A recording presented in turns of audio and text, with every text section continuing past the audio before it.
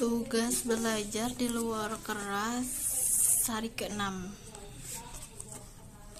Yang pertama itu adalah apa pengertian individual system. Apa pengertian individual system adalah proses pembimbing minat belajar yang berpusat pada anak. Artinya yang berpusat pada anak artinya itu anak sebagai subjeknya dan motivator sebagai fasilitatornya. Dan mengapa nomor 2, mengapa pendekatan yang dilakukan harus individual system, tidak mungkin bertahap jika klasik sistem motivator tidak melakukan pendekatan sesuai dengan karakter atau kesukaan anak.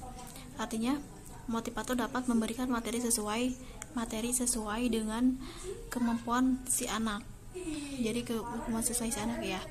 Terus untuk yang ketiga itu adalah apa tujuan yang ingin dicapai dengan melakukan pendekatan secara individual. Apa tujuan yang ingin dicapai melakukan pendekatan secara individual? Agar proses belajarnya dapat dilakukan secara bertahap atau small step system. Motivator dapat memberikan materi yang sesuai dengan kemauan atau kemampuan anak. Dan untuk nomor 4 itu adalah di Bimba, murid dan guru memiliki peran masing-masing. Sebutkan peran guru dan murid. Kalau untuk guru sendiri pasti itu membimbing dan melayani anak muridnya itu supaya dia mau ada tumbuh minat baca belajarnya itu. Kalau misalkan untuk murid itu sebagai kalau murid itu sebagai pembelajar, pendengar, dan dia akan ngikutin arahan si guru itu gitu. Terus untuk nomor 5 itu adalah apa perbedaan antara metode individual system dengan classical system. Perbandingannya kalau misal untuk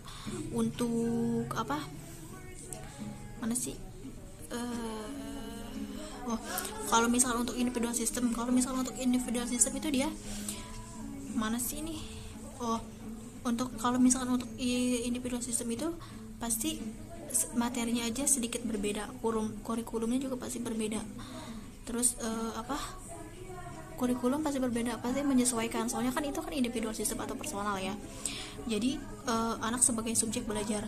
Tapi kalau misalkan classical system itu berarti dia perbandingannya banyak. Perbandingannya banyak itu kayak gimana? Kayak materinya seragam, pasti materinya seragam satu kelas rempak. Materinya pasti itu aja gitu.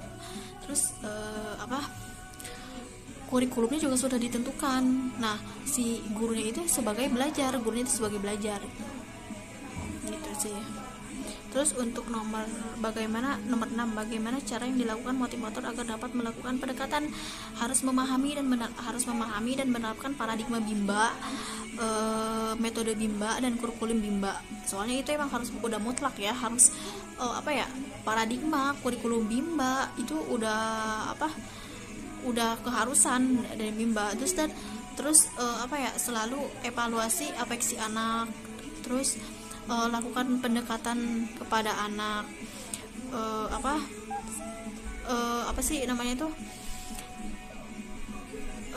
pendekatan sesuai karakter anak. Terus cari tahu kesukaan si anaknya itu seperti apa. Terus ya jangan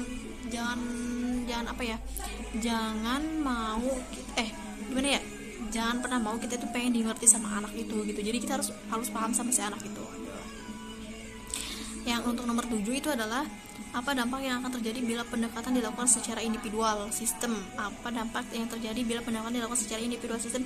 Kita akan tahu dan memahami kemauan si anak itu apa dan kemampuan si anak itu seperti apa gitu. Dan apa yang disukai si anak, apa yang nggak disukai sama si anak. Dan untuk nomor 8, apa dampak yang akan terjadi bila pendekatan dilakukan secara classical system? Dampak pendekatan dilakukan secara classical system. Kalau classical system kan berarti semua kan.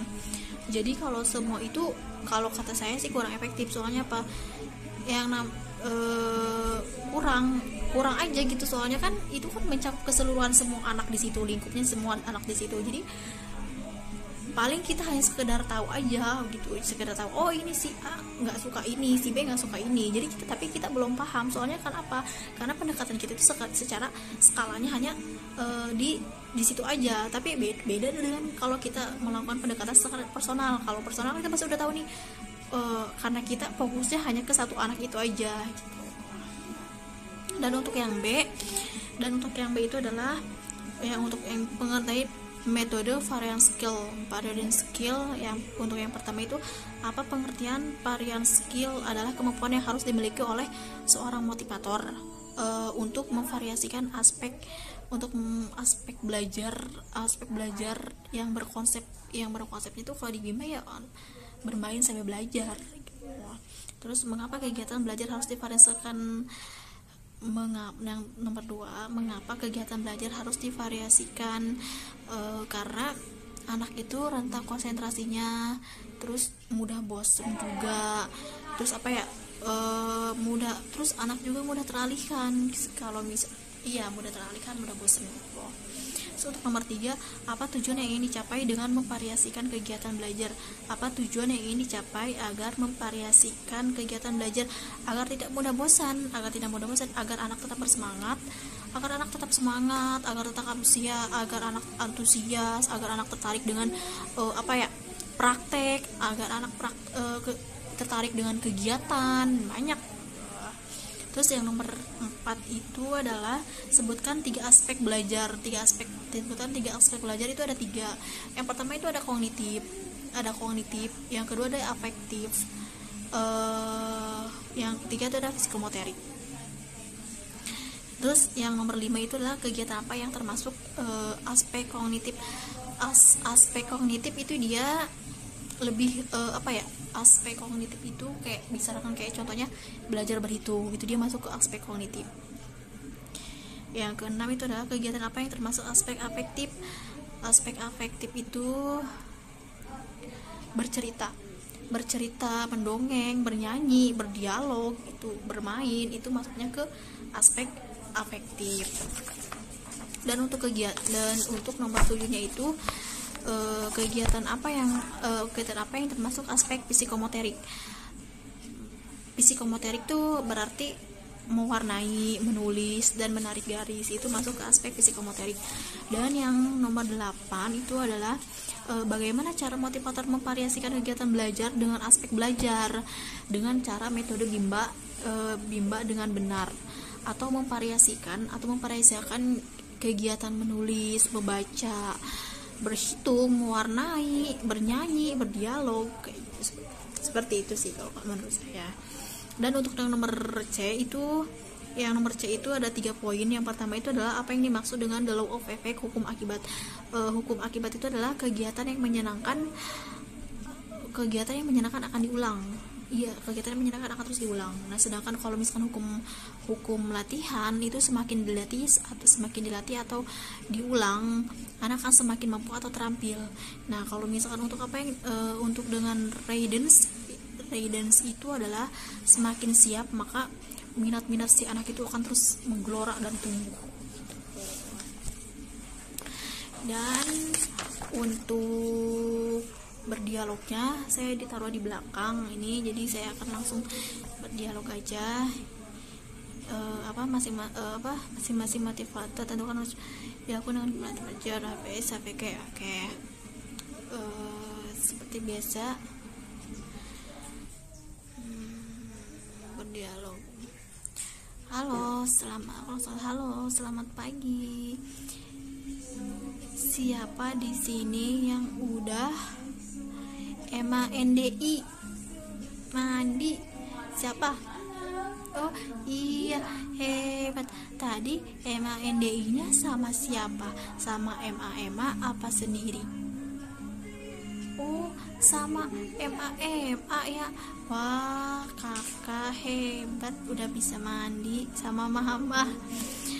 Di sini siapa yang udah makan? Wah, udah makan sama apa, Kak? Makannya sama ROTI apa sama SU makan sama minum? Oh, aku NASI. Oh, makan nasi. Minumnya apa kak? Kak minumnya apa kak? SU apa? Minum apa? Air putih. Oh, air putih ya. Kakak kan udah makan, udah mandi, udah. Jadi sekarang kakak tinggal apa yang belum? Ayo.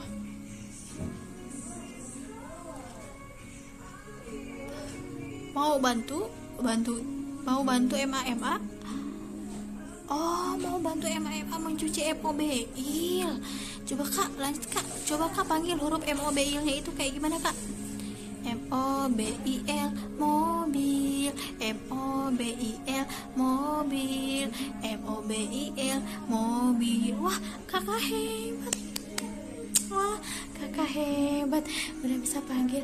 Kalau misalkan hurufnya kalau misalkan motor apa kak? Hurufnya kak? MOTOR motor. Wah, kakak hebat. Iya. Wah, coba kak panggil lagi motornya kak. MOTOR motor, MOTOR motor, MOTOR motor. Wah, kakak hebat.